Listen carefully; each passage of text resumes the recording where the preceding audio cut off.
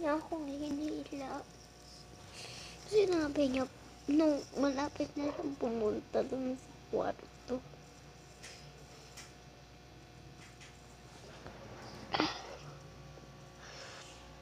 Dahil sa ulam lang eh.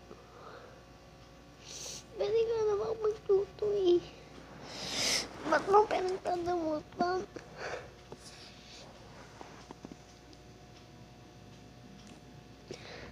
Tinatamad ka lang at sabihin mo, tinatamad ka lang. Tinatamad, puisit ka.